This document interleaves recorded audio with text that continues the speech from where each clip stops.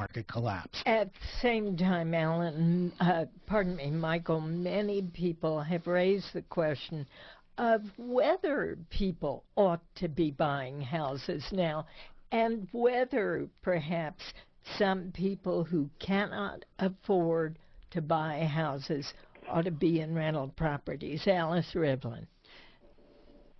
I would favor extending the first-time home buyer's credit, but not with the expectation that it'll do a lot, because I think a lot of the potential buyers have already bought homes, and without lowering lending standards. We can't go back to the days when the banks were pushing the money out so that it could be securitized and nobody cared whether people could pay back. Those days are over and should be over.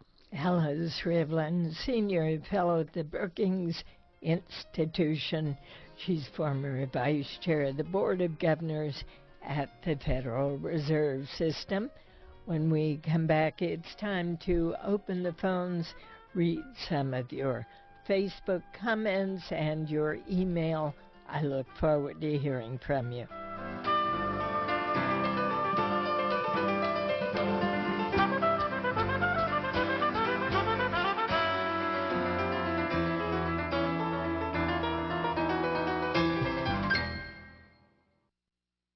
National broadcast of the Diane Rehm Show is made possible in part by American University, by the John D. and Catherine T. MacArthur Foundation, committed to building a more just, verdant, and peaceful world.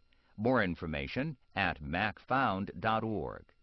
By the George Lucas Educational Foundation, creator of Edutopia, a source for what works in education. Learn more at edutopia.org. And by the Kiplinger Foundation, supporting public understanding of business and the economy. This is NPR. NPR's Scott Simon on falling in love at first sight with the two baby girls he and his wife adopted from China. A personal tale of the joys of adoption and becoming a first-time father later in life. The Diane Rehm Show. Next hour.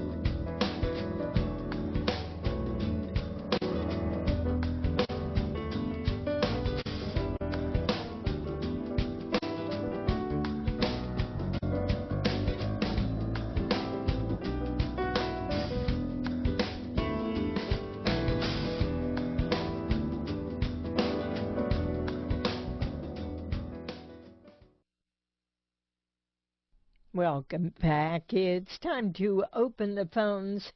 800-433-8850. First to Lincoln Park, Michigan. Good morning, Jeff. You're on the air. Well, hello, Diane. Hi pleasure there. to speak to you. I just wanted to say I hear a lot from economists and from the people on Wall Street about how the jobs are the thing that's keeping this economy from moving forward.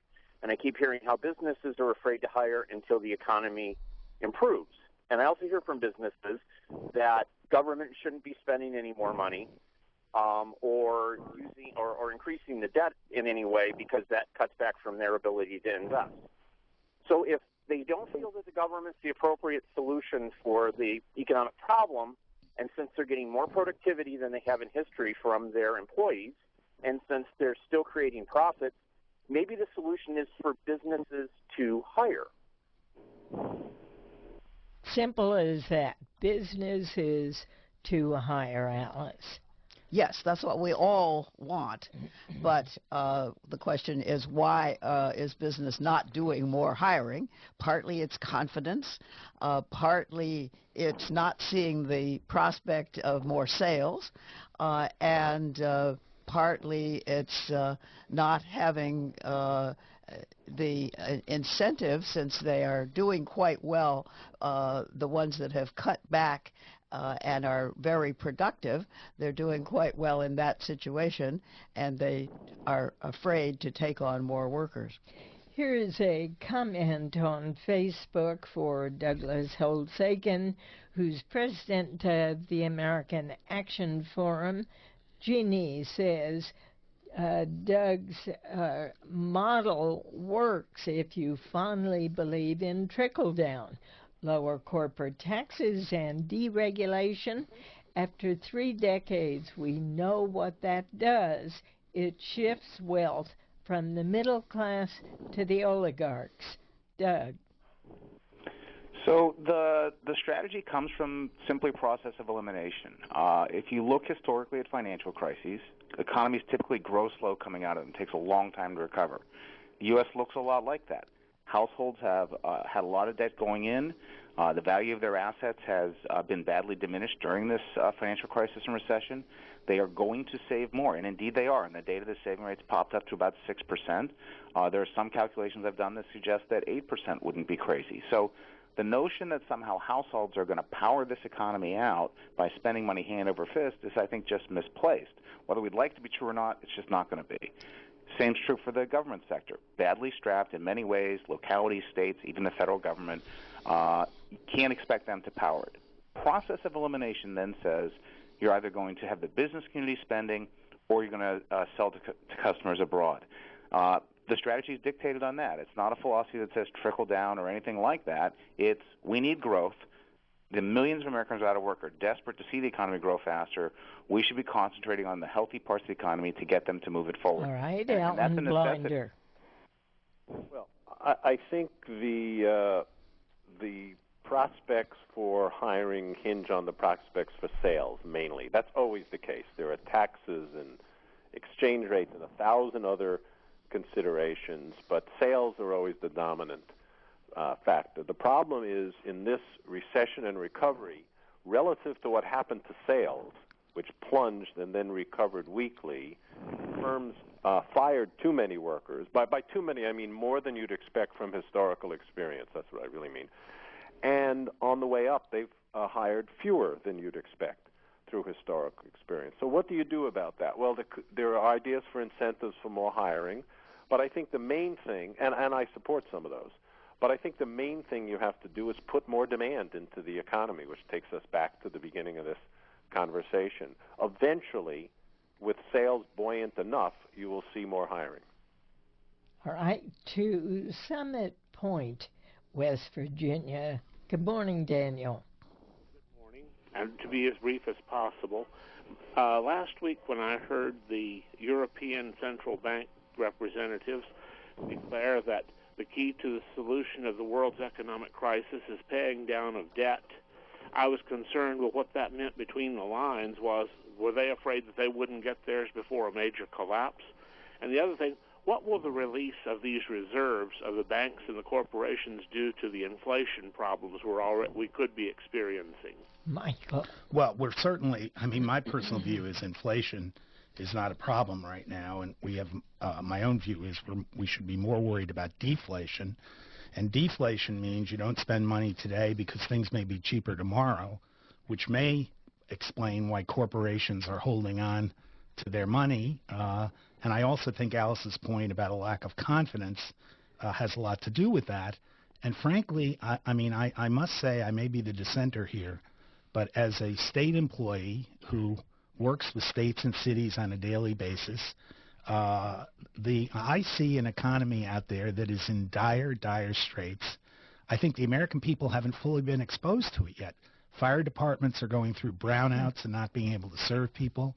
Police are being fired, are not allowed to play overtime. Classrooms are being doubled in size. The statistics that come out, and we're going to have more statistics this week, are frightening. This is a serious problem. And when you rally through the options that Douglas rallies through, it seems to me the only option that has worked is the stimulus.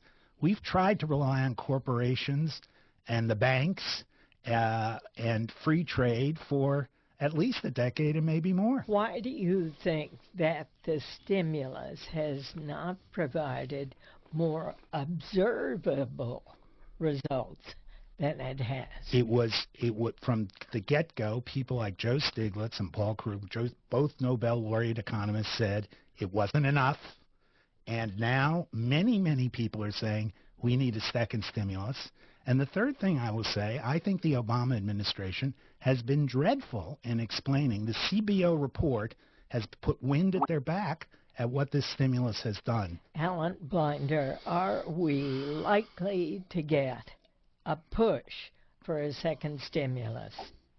It doesn't look it to me. I think the stimulus has got a bad name. Indeed, when politicians talk about things that are stimulus now, they don't even want to use the S word any longer. I think it's a bum rap. As Michael was just saying, I agree very much that in retrospect it was too small. It wasn't so obvious at the time, I don't think, but in retrospect it was too small. And the sort of salesmanship job that's been done by the administration has been inadequate. But above all that, there's a big problem in when you rely on the counterfactual. That is, the predicate of this discussion needs to be, but in the public domain isn't, that things would have been vastly worse without the stimulus and without some of the things the Federal Reserve and others did. Most all economists, not all, but most all economists believe that, but it's a very hard case to make in a public political debate. I agree with that. I think, though, that we should get away from the word stimulus because it's gotten a bad name and just talk about getting money where it's needed. And I, as I said earlier in the show, agree with Michael's point that the states need it. Those firemen are being laid off or on short wages, and we need to make sure that the states aren't doing the wrong thing. All right, to Pete, who's in Rochester, New York. Good morning. You're on the air. Good morning. The reason why the economy is stagnant or in a deflationary state is because average working people haven't seen a raise in 37 years. They have seen their jobs shipped offshore, while at the same time productivity has increased and the wealth created by the working class has been shifted to the owner and investor class, the millionaires and billionaires who don't spend the money. They have seen their wealth. The people at the top, what is it, the top 10% now control something like 75% of the wealth, while the bottom 50% has control of 2.5% of the wealth. Now, if we don't start changing the way the basics in this country and start making things again like we did in between the 40s and the 70s, we have history that will show us what works for the economy. This country has taken has changed direction over the last 30 years, and this is the result of that inversion of our economic model. All right, sir. Thanks for calling. Doug, do you want to comment? Well, I think it's useful to think about two different things, and the long-term distribution of both earnings and wealth has unquestionably become more concentrated. We know this has been going on since the 70s through the 80s, 90s, and it has a lot to do with skills, the fact that our schools are failing a lot of our children, and I think that's the number one long-term problem the U.S. faces is a failing school system and what it's wrought on the middle class.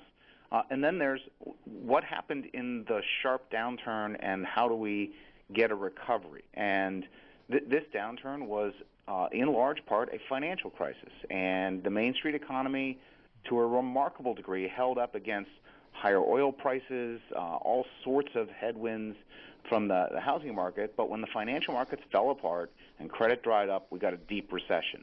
And we should be cognizant of that as we try to get the economy back to full employment, and then deal with these long-run problems about the skills so that people can actually earn a living. I think those are two different issues.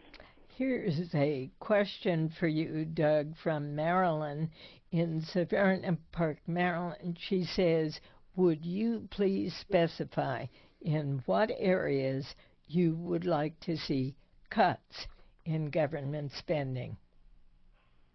Personally, I think we could spend a lot less in government procurement of weapons systems. We continue to